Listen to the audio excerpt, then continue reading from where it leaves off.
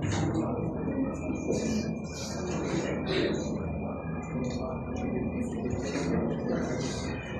you, respected panelists, we are the Group 7 from Fellow, and we are pleased to present our report on governance. So, our grand state is called Kamalan. Kamalan was came from the name of Maanulat, which means connected to the name of cultural festival in diversity. And in this slide, it highlights the cultural background and significance of Minang. The traditional skin part and the legacy that reflects the province's agricultural industry. So here is an example of our products. So Minang is traditional seafood sweet samalet. Samalet and identity in Luzon in northern Mindanao.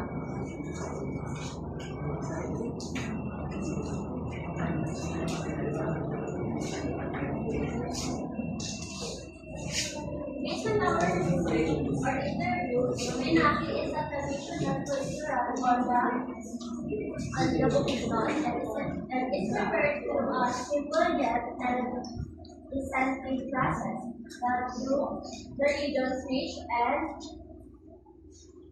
agricultural resources. The ingredients of Menaki is young yellow corn, fresh or ground into corn, sugar, milk, and butter, margarine, baking powder, and salt. And the optional is grated cheese, chocolate, strawberry, jam, pineapple, or omelette, or cake or variants. In Iraqi method is the use of vacuum Cebuano Central and the rock of Binaki is steamed for 20 or 60 minutes until it has rock consistency.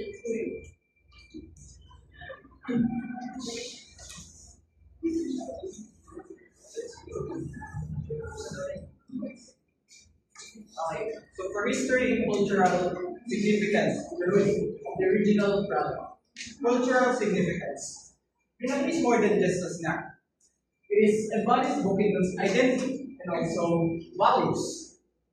Agricultural pride celebrates corn, a cornerstone of Bukidnon's economy and food security. That's why Bukidnon is known for food basket of Mindanao, with its vast land producing rice, corn, and even pineapple.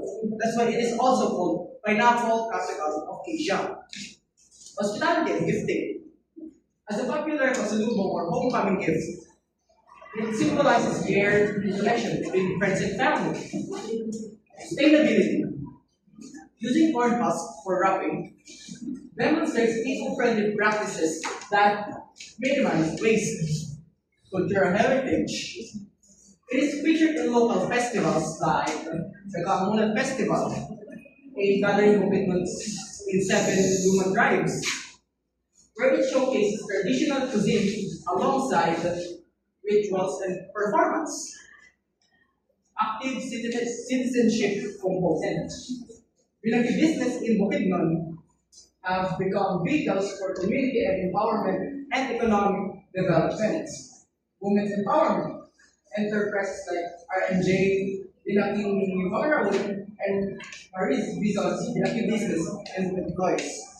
Employs and train women, providing them with steady incomes and leadership opportunities. Next in, small-scale makers and vendors rely on Binaki sales to support their family. Cultural preservation, by continuing traditional production methods to adapt to modern tastes like makers ensure Binaki that remains relevant for future generations.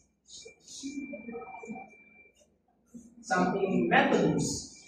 This is the convenient sampling method by interviewing for those people who have experience tasting our product. This allows us to easily access the information that we need, like this, the data coding. Some of them said that taste and flavors will delicious, strong corn or coconut taste. Texture is slightly hard or firm. cultural background, its traditional delicacy, and also seasonal preparation made during fiestas or harvest seasons. And alongside its serving preference, you can serve it plain or paired with Filipino hot chocolate, coffee, or tea. And then promotion ideas introduced through fiestas or sell outside Mindanao. And these were the added ingredients. Ingredients this recipe still use corn, sugar, milk, coconut, etc. Harness wrapping. Traditional method is still used. Seasonal preparation. Still made during harvest and fiestas. Cultural significance. It remains a delicacy from moving. Modern feature. It now is available outside Mindanao. Promotion. It being promoted through tourism. Pinapel. It is still recognized as a traditional delicacy from Bukidnon. Its cultural significance is great.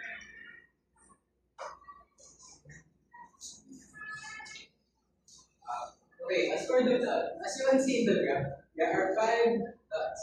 Those dots is at the x-axis we have the price of the binaki, which is we have five flavors like the original, the cheese, the ube, the chocolate, and the most expensive one is the coconut. The y-axis is the quota that people have bought from the sellers. And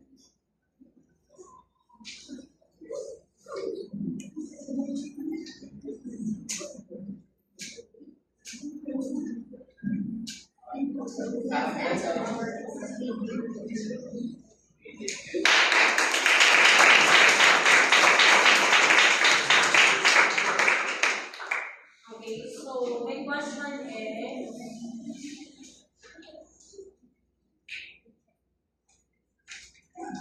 about the origin and historical background of Binaki. Okay? So your slides explain that Binaki originated from Bukidnon. Okay? So, and it's tied to Lumad agricultural practices. Now, the question is, how did this history shape your innovation decisions? Knowing those history, how did this history shape your innovation decision?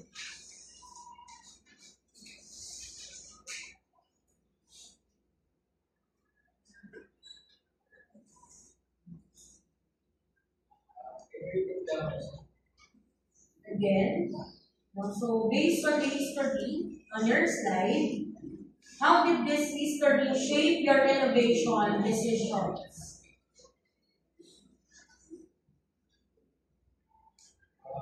since COVID is there's some of the things in COVID which is part of Mindanao region. So Binaki has been a part of delicacy there because people can have desserts, which is Binaki is halal, so other Muslims can.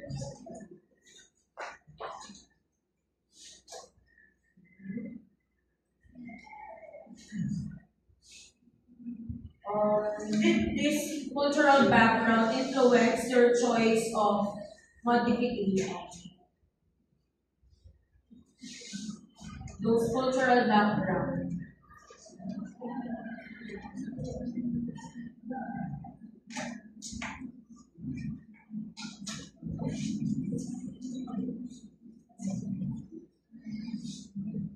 What's the question for? Did this cultural background influence your choice of modification? I think yes. Why? By using new flavors for our product, then also promoting it for others, for future generations. Okay, so let's proceed with your scatter plot. Price versus demand. It's quotable. It's Quotable. Quotable yung mga natin.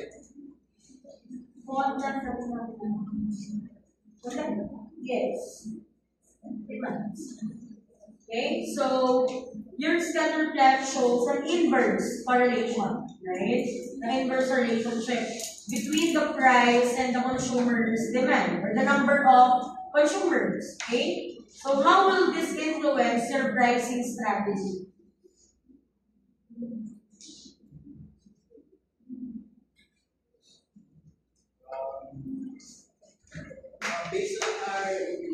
Based on the ingredients used from as per our because there are many possible ingredients we can use like we can add flavors and what else the perfect from our because some flavors is expensive. Pardon. Yes, an additional. Okay, so would you consider creating a premium and budget version or budget friendly product of this to reach different markets? Would you consider creating a premium, say flavor versus a budget version to reach different markets?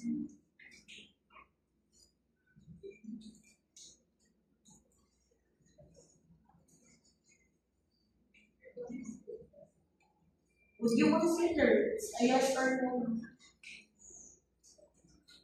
I think yes. Yes. Then, how?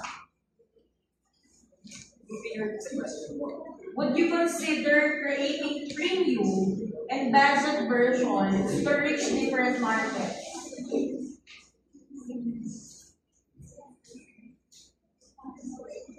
Actually, there is a budget version already because it's ranges from 10 to 20 pesos. But there is a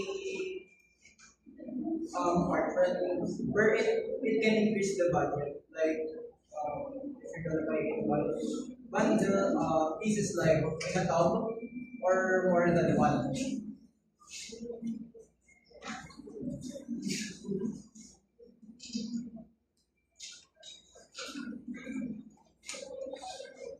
Okay, why did you choose, let's proceed with the sampling method. Like the question for other group, why did you choose convenience sampling instead of proposing or a snowball sampling? Since you use convenience sampling, right? Why? Instead of proposing, why did you choose convenience sampling?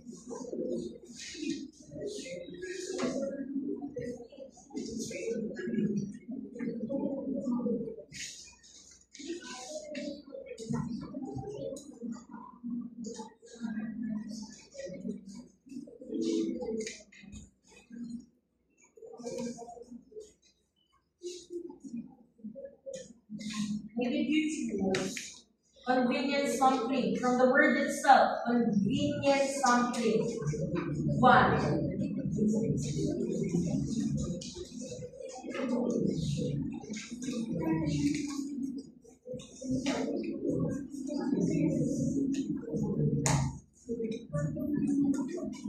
Because it is Convenient. convenient. Okay, so you need a quick feedback, right? So did this sampling method limit the diversity of opinions? Since you use the convenient sampling, did this sampling method limit the diversity of opinions?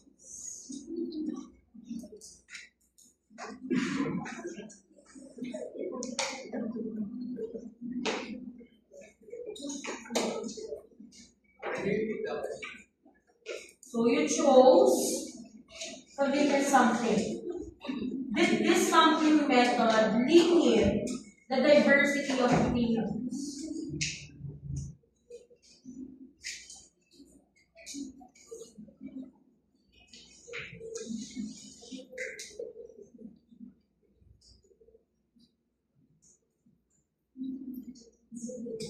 this method is very convenient and a quick direct feedback.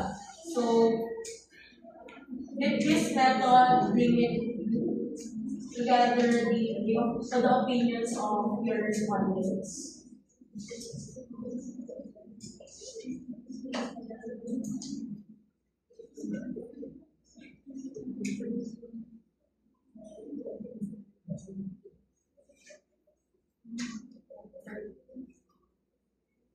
I think so kasi it's opinion basis. Opinion based. Okay. Thank you so much.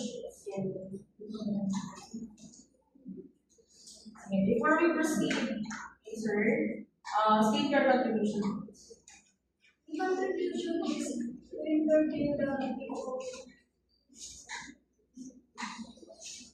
The contribution is finalizing the final output and establishing.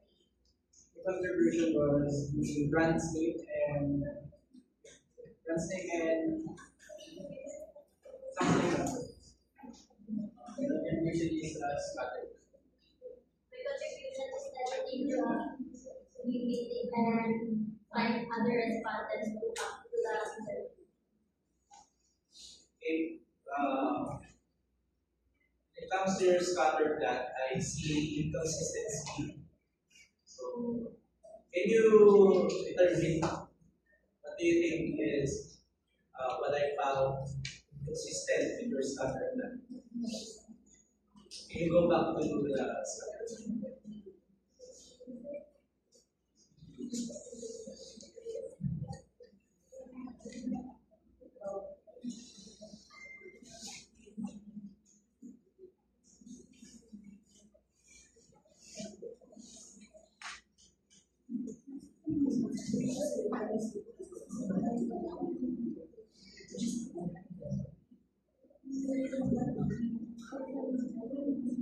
What do you think is inconsistent or incorrect? Actually, it's incorrect.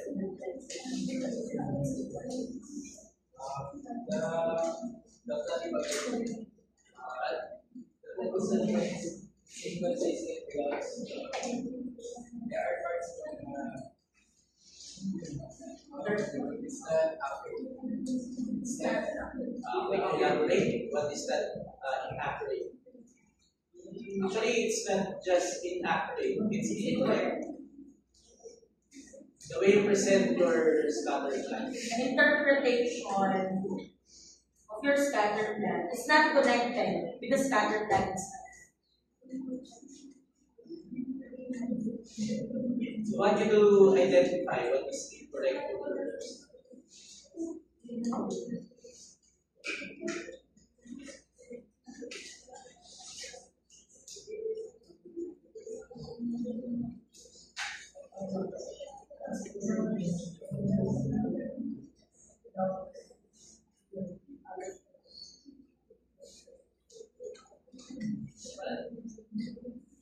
The paper is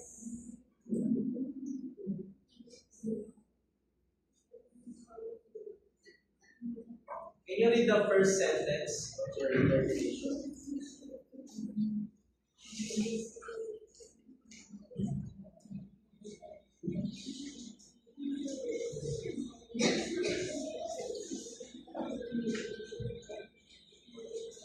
Please read it loud, loudly. the standard plan reveals that if there is correlation between the price of immunoglobulin and the sugar. Okay, then look at your scatter plot. What is the correlation? What is the correlation?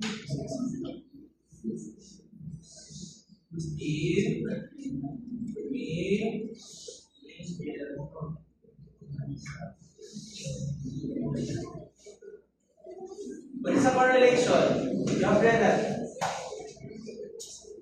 In verse. Then look at the plot. Is that inverse?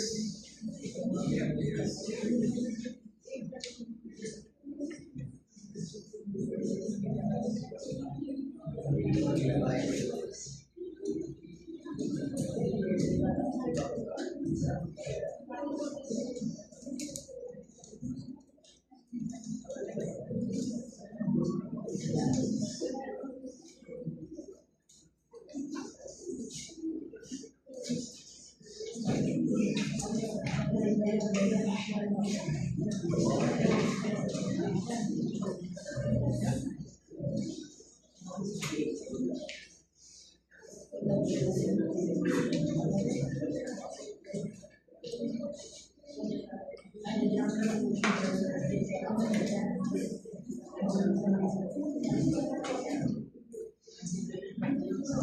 anybody tell the correct or the answer? Who created the scatter plot? Who created the scatter plot? I thought that's you, Targa. You accept that's your contribution. So now it's what's your name? Rita? Ay, sorry, Roldan. So what do you think is the incorrect term scatter plot?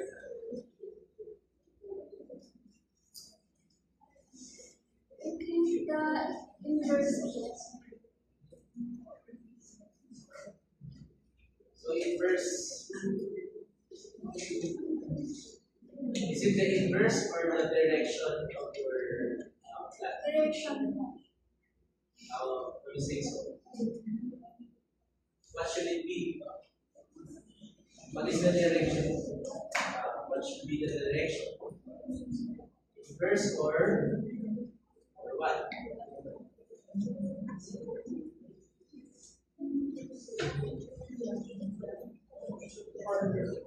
What is the correlation? What should be the correlation? Is it inverse or I mean the direction of the path? Inverse po. Inverse. Is that inverse? Are you sure? When we say inverse, the independent variable or the two variables are inversely proportional, meaning if the x increases, y must be decreases, or vice versa. But based on your data, on your scatter plot, that is a positive correlation. That is not a downward trend. It's an upward trend.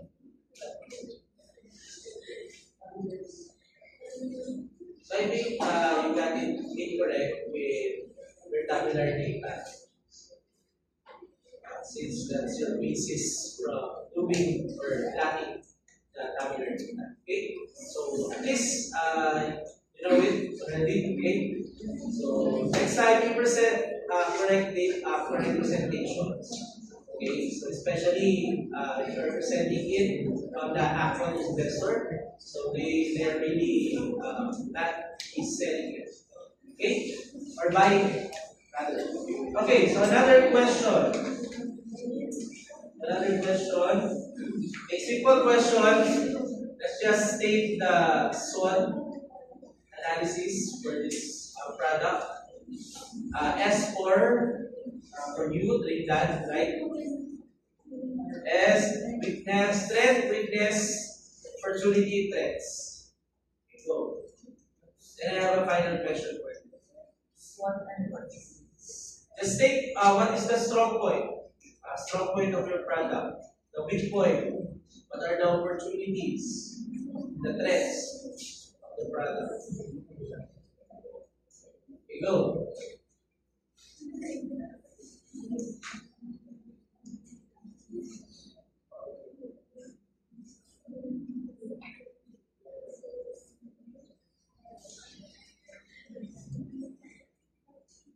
In your opinion, what is the strong point? What is the strength of your product? Say that. You can do it. In your opinion, what is the strong point?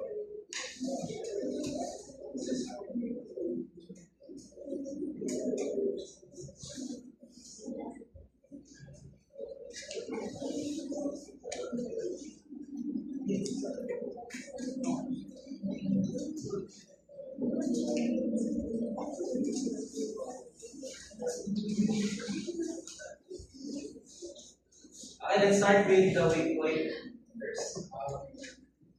Okay, for today, Pinaki can be started out because Pinaki is developed or and brings fresh together. It can be started to restore only can be controlled in people themselves. I think the opportunity for our product is that it has the opportunity to get populated or for the future generations or even youth can taste the modern taste of the and also because it doesn't because the Pinaki is slowly fading away because of our modern lifestyles. Okay. How about the trend?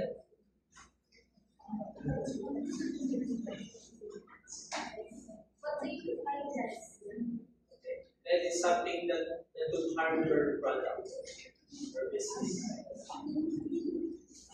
I think the trend of our product is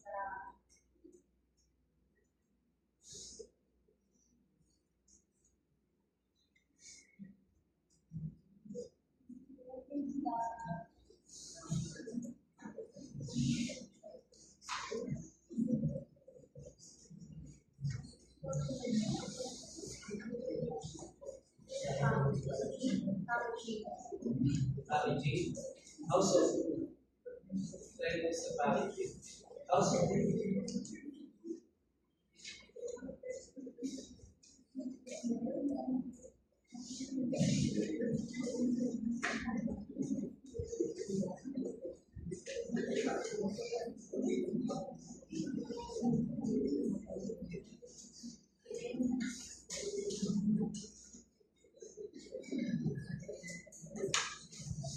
and let's go back first to the trend.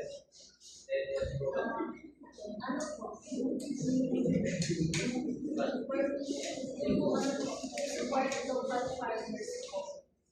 Okay, so by having that kind of product, the strength of the product is support that you are giving to the local farmers.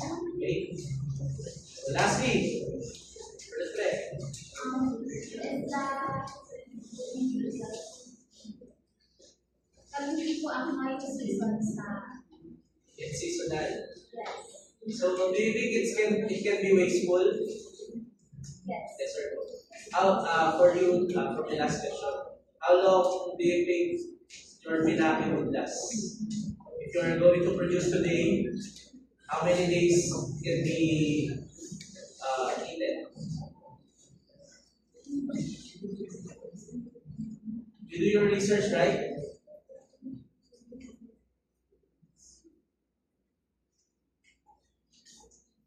Just estimate. Yes, it would last in a vacuum sealed container. I think it would last 2 weeks. 2 weeks. Okay. Right? So I guess that's it for you guys. So for our last part, we have 2 minutes more. Okay, do it, go.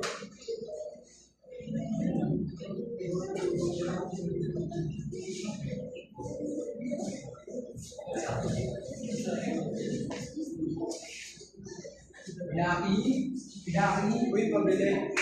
Ano ba nila bibili? Hindi, gusto ko. Ito, sige, hindi na. Okay na.